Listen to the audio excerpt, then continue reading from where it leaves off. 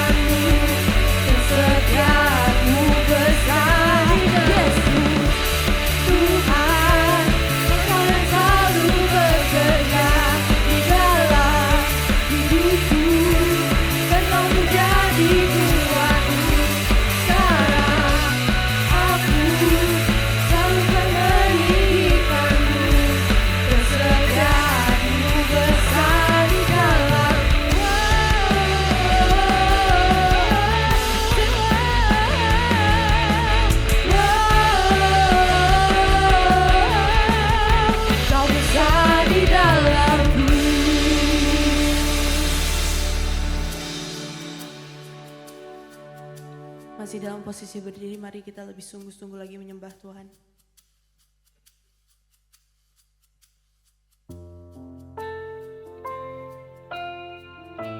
We believe that we have a God whose love is so great. A God who has a love that's so good to us. We have a God that is faithful. Let us sing of His faithfulness.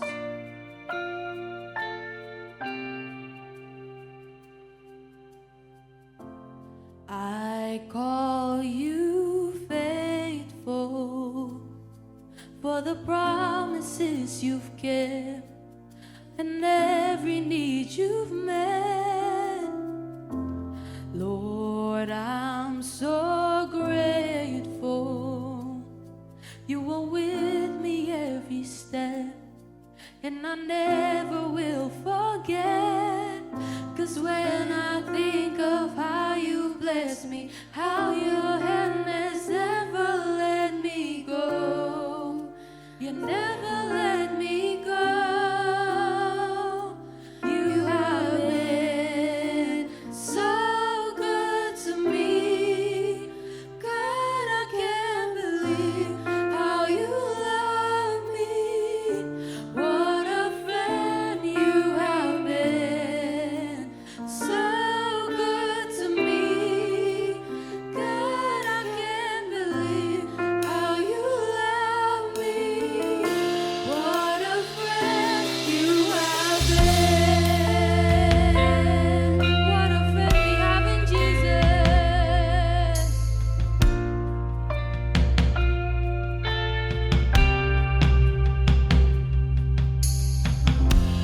I call you Savior for the blood that washed me clean, for the wrongs that you've redeemed. And I know you're able, and my eyes don't have to see one more reason to believe. 'Cause when I think of how you bless me, how your hand has never let me go, has never let me go. And you have been so good to me. God, I can't believe how you love me. What a friend you have been. So good to me. God, I can't believe how you love me. What a friend you have been. Kita punya sahabat yang baik, yaitu Tuhan Yesus. Kita punya kasih yang besar di dalam kita, yang kita mau nyanyikan pada setiap harinya. Kita mau hidupi kasih itu, kita mau bersyukur untuk kasih itu.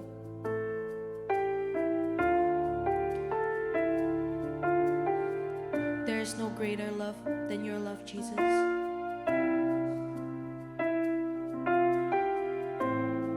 There is no greater faithfulness than your faithfulness, Jesus.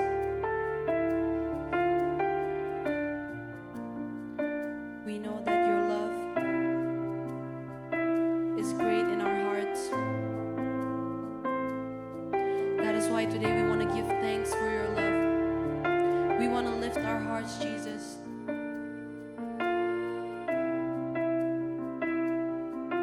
We want to sing of your love. Because your life is mighty, your love is powerful. We want to say thank you, Jesus. Katakan terima kasih Tuhan Yesus untuk kasih-Mu yang sangat besar di dalamku. Untuk kasih-Mu kita mau nyanyikan mengenai kasih-Mu Tuhan. Karena Engkau sungguh baik. Terima kasih padamu Bapa. Sebab kasih-Mu bersama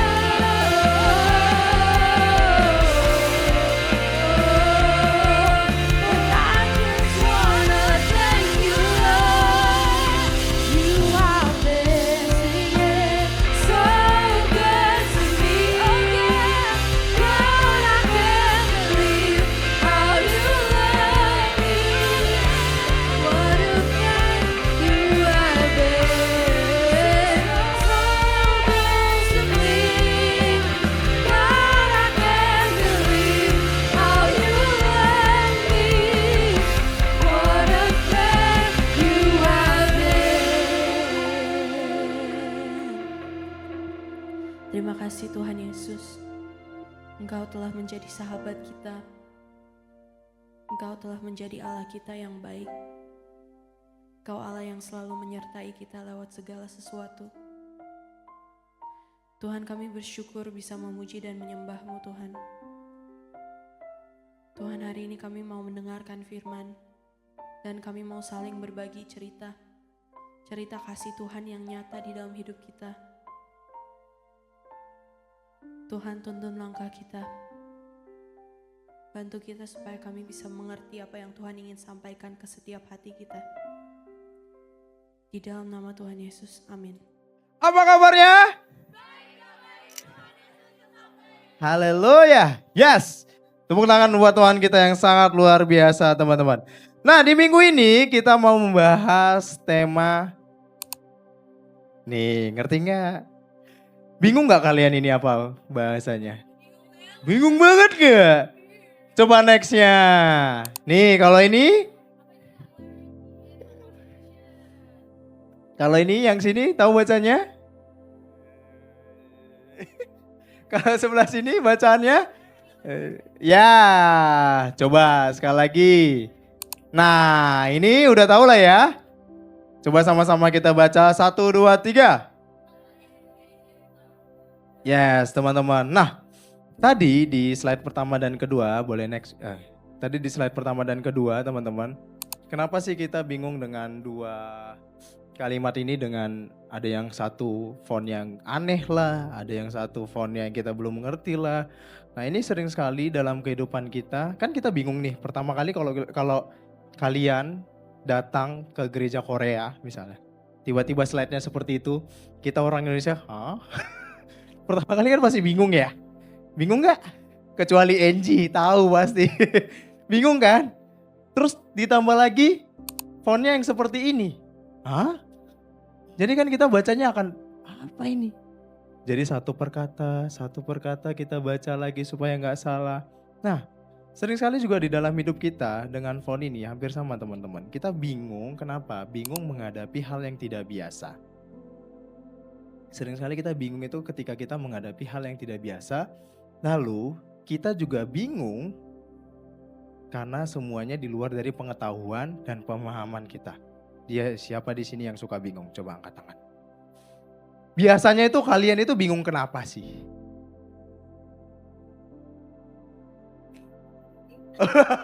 Ini jawabnya bingung.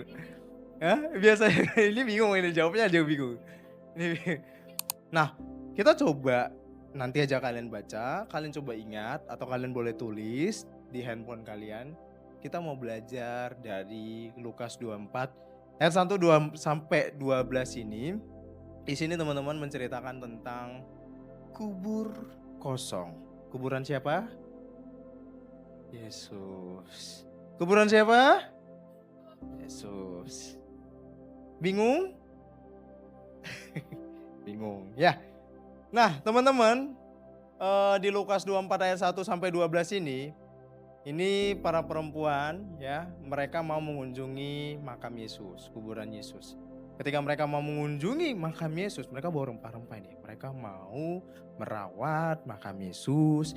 Lalu ketika mereka mau nyampe nih, tadi kan kalian sudah nonton ya dramanya ya? Sudah pada nonton kan? Nah, pas tadi para perempuan itu nyampe ke kuburannya. Tenet.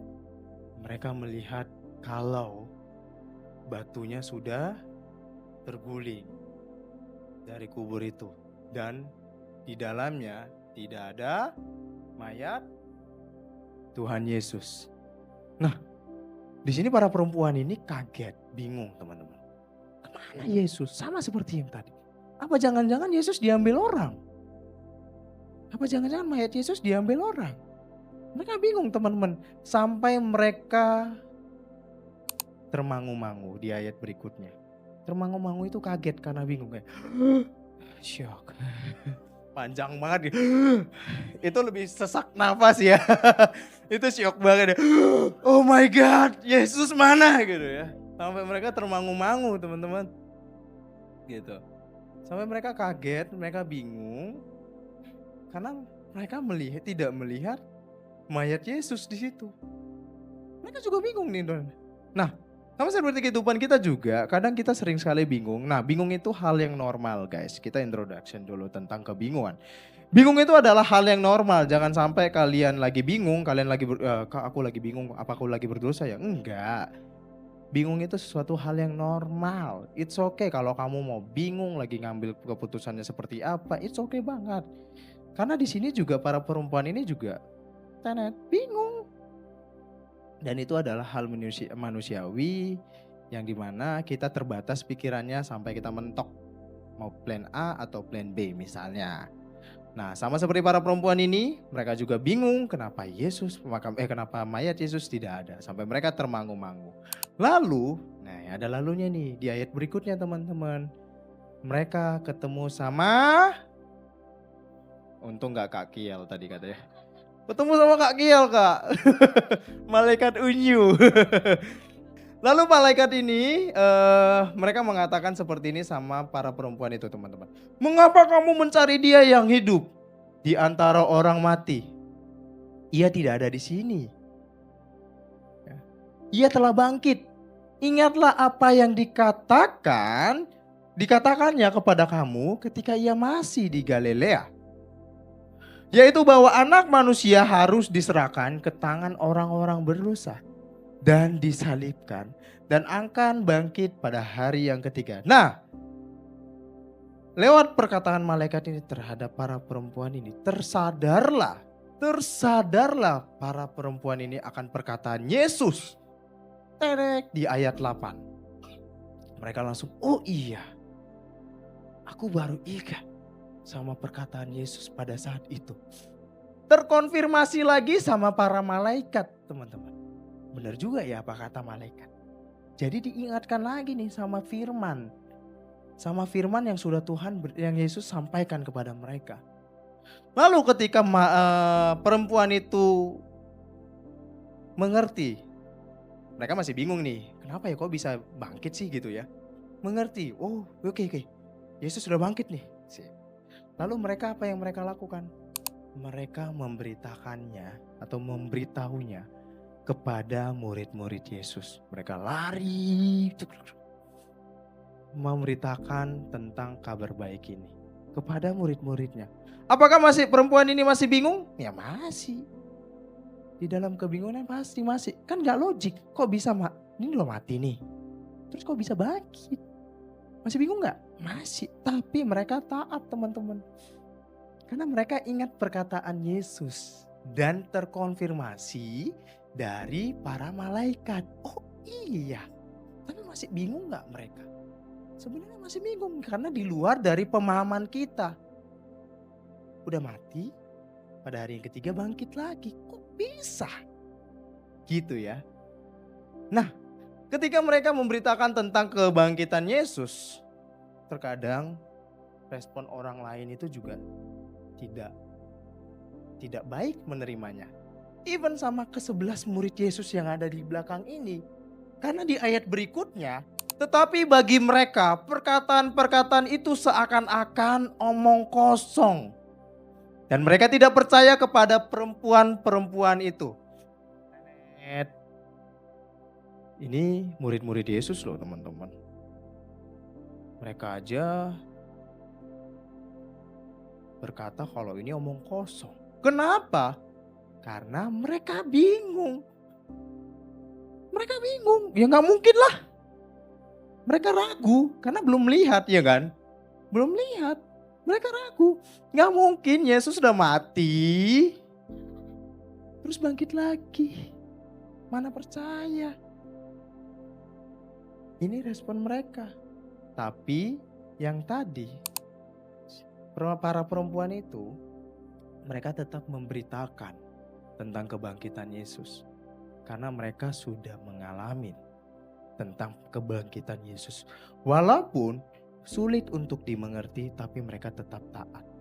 Belum sampai di sini. Dari hal ini kita banyak sekali belajar teman-teman tentang respon. Kenapa begitu? Karena respon pertama dari perempuan itu, dari para perempuan itu dan murid-muridnya adalah bingung dan ragu. Ya. Karena karena mereka melihat sesuatu yang tidak biasa dan di luar dari pengetahuan mereka. Sama seperti kita melihat tulisan Korea tadi. Bingung gak kita pertama kali? Bingung. Kok kayak gini ya? Aku gak ngerti. Gitu. Tapi kalau kita ada di gereja Korea ya teman-teman, bahasanya begitu, walaupun kita bingung tetap sampai habis gak kita? Tapi kita diem, tapi sampai habis ibadah gak kita?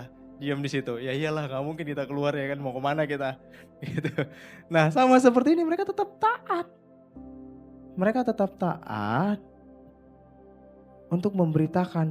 Nah, di perikop berikutnya, murid-murid Yesus juga mengalami tentang kebangkitan Yesus itu sendiri, teman-teman. Mereka melihat langsung. Kalau Yesus itu bangkit. Yesus itu bangkit. Ya. Dan ini ya, seperti yang tadi disampaikan. Namun mereka mendapatkan kejelasan saat mereka mengalami kebangkitan Kristus. Tadi perempuan tadi mengalaminya lewat apa?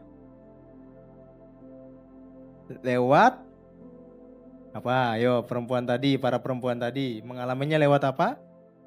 Malaikat. Dan mereka mengingat tentang firman yang disampaikan Yesus.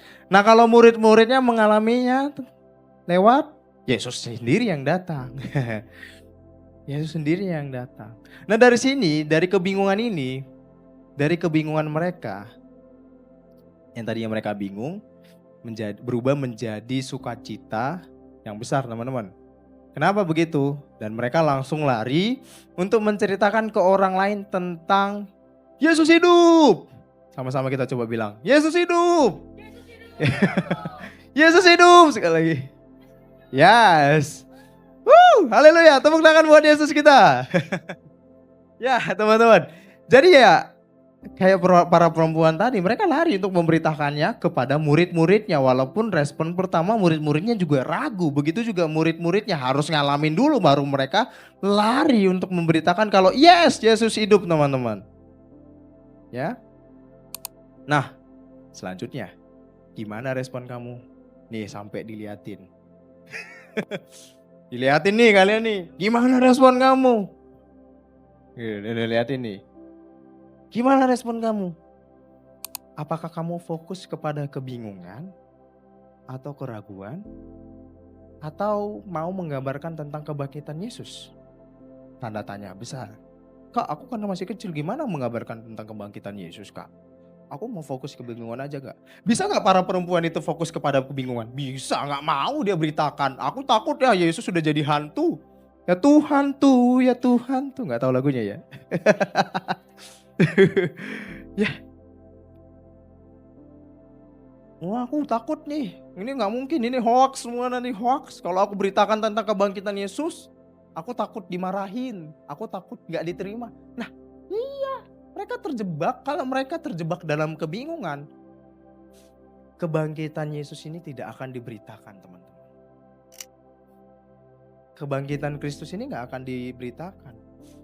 Nah, kalau kita mau memilih mengabarkan tentang kebangkitan Yesus, kita gak harus lari untuk bilang ke orang lain, Yesus sudah bangkit loh. Mereka kan, hah? Kenapa ini orang? Gak kayak gitu, gak harus kayak gitu. Aku masih kecil, masih kelas 5 SD, gimana cara memberitakannya kalau Yesus bangkit, Kak? Kalau ngomongin soal kebangkitan, teman-teman, kita ngomongin soal kemenangan. Kemenangan dari mana?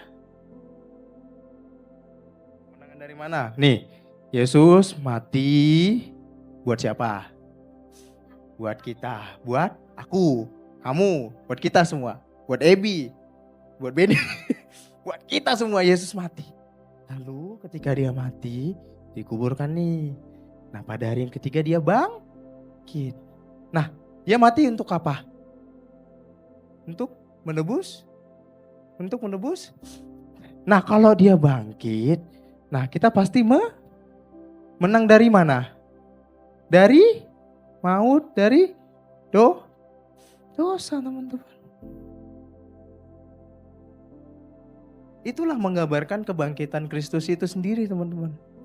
Kita berani untuk berbuat sesuai dengan apa yang dia mau. Itulah mengabarkan tentang kebangkitan Yesus. Karena ngomongin soal salib, ngomongin soal kubur, itu satu paket tentang keselamatan yang kita terima. Jadi bukan dipisahkan antara salib dan bangkit. Ketika dia bangkit, itulah kemenangan yang kita terima, teman-teman. So, mungkin di antara kita pernah mengalami kebingungan untuk memilih pertemanan. Maybe kita ada di pertemanan yang toksik, suka bully, suka ngatain orang mungkin, suka ngatain nama bapak kalau kata Ebi. Ya, di sekolah atau di kampus sekalipun kita bingung. Kak, aku kalau nggak temenan sama dia, aku nggak punya temen kak. Aku bingung kak jadinya, aku ragu kak. Kalau aku tinggalin dia, aku nggak punya bestie. Apalagi kalau misalnya sudah pacaran nih. Wah. Misalnya kalau udah pacaran. Kok pacarku sebenarnya toksik ya. Giliran pacaran aja cepet banget kali. Nikola. Ya. Nah, kok aku pacarku toksik kak. Tapi aku gak mau ninggalin dia, aku gak mau putusin dia kak. Kenapa? Ya dia terbaik buat aku. Terbaik Tuhan ya. Gimana kak? Aku bingung kak. Aku bingung ninggalin temanku kak. Karena aku gak punya teman lagi. Gimana dong kak? Tarat. Bingung gak kita? Bingung.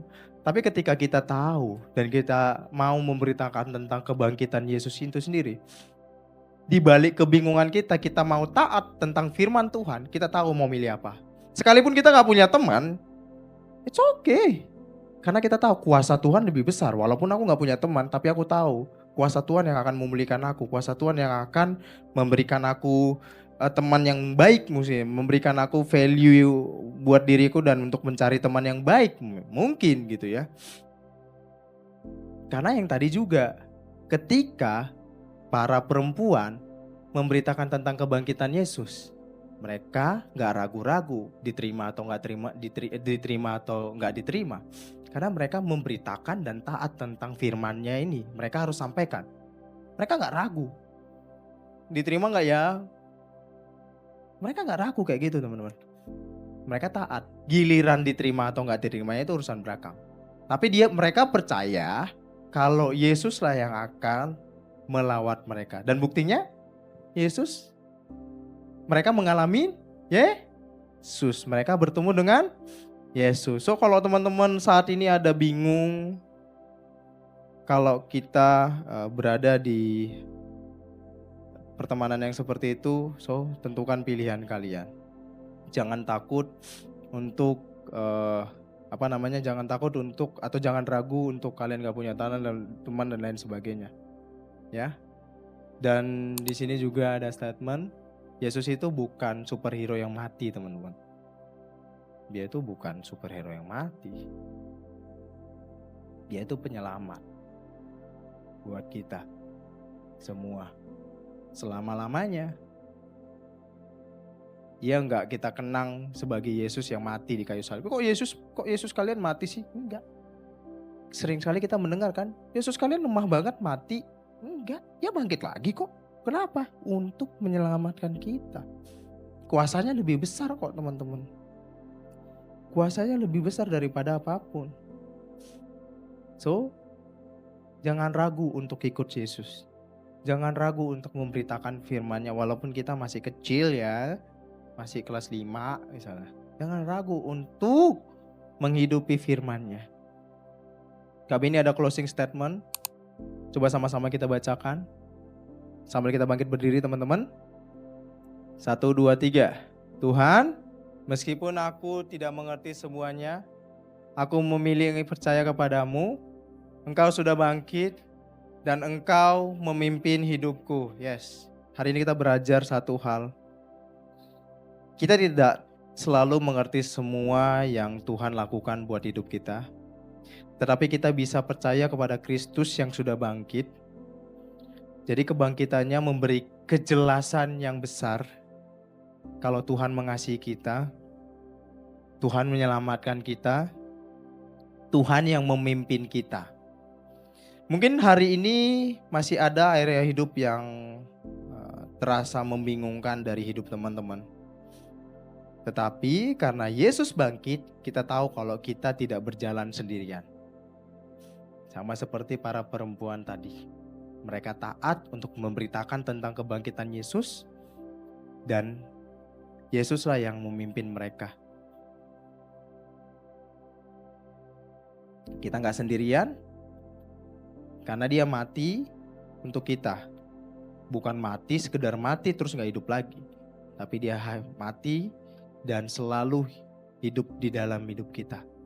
Mungkin dagingnya gak kelihatan. Kalau dagingnya kelihatan kita udah sembah dia.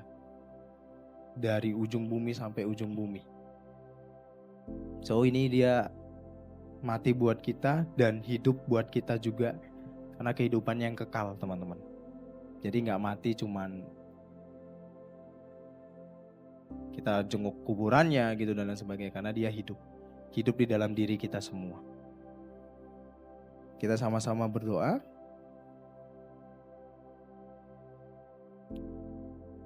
Tuhan, kami bersyukur karena Engkau adalah Allah yang setia.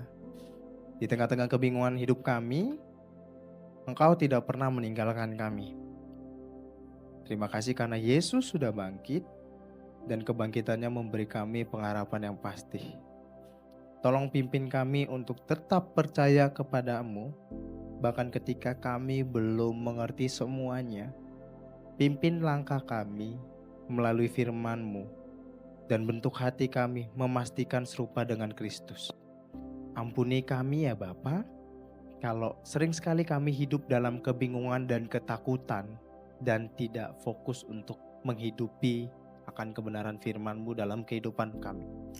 Dan biarlah kami saat ini untuk berkomitmen lagi dan kami kembali taat untuk memberitakan tentang kebangkitan-Mu ya Bapa.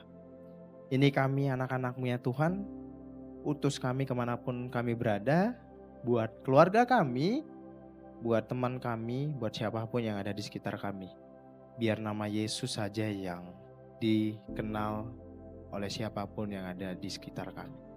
Di dalam nama Tuhan Yesus kami berdoa, sama-sama kita katakan, amin. Oke, ya teman-teman, sekarang kita mau masuk pengumuman. Tapi yang pertama apa Kak Sylvia? Yang pertama kita selalu mau infoin ke teman-teman untuk join Komsel. Nah, jadi Komsel itu kelompok kecil. Jadi di luar ibadah mingguan ya. Kita di ibadah mingguan tadi juga ada small group, tapi Komsel itu di luar ibadah mingguan. Jadi nanti kalau misalnya di Komsel kita bisa saling sharing, kita bisa saling menguatkan, kita bisa belajar firman juga. Tapi nanti kalau misalnya Komsel itu disesuaikan sama kelas dan hari yang kalian bisa. Jadi kalau misalnya teman-teman mau join Komsel boleh langsung approach ke kakak-kakak mentornya, ke kakak GF-nya. Nah itu nanti bisa tanya-tanya, terus habis itu kalau mau daftar tinggal info aja ke kakak GF-nya.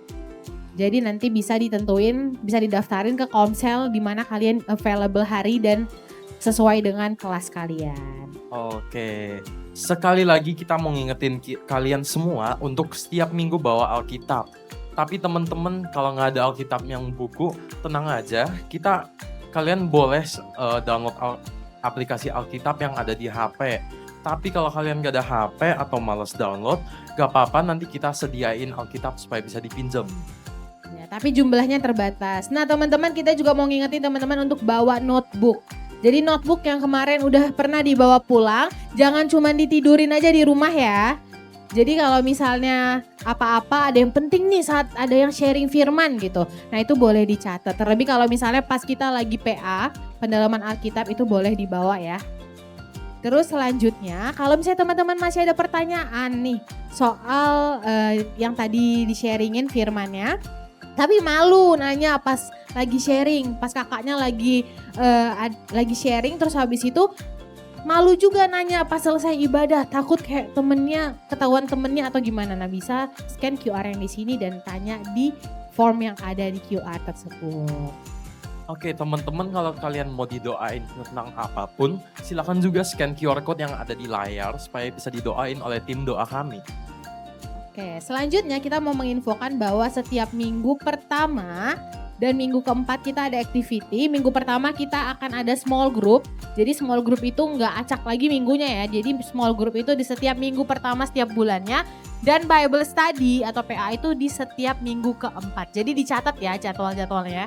Jadi kalau misalnya terlebih untuk PA itu wajib bawa bukunya. Jadi ketika kalian nanti nganalisa bisa ada buku untuk ditulis gitu. Selanjutnya kita akan ada retreat teman-teman. Jadi teman-teman yang sudah ikut retreat tahun lalu boleh angkat tangan? Sudah? Oh, lumayan banyak ya.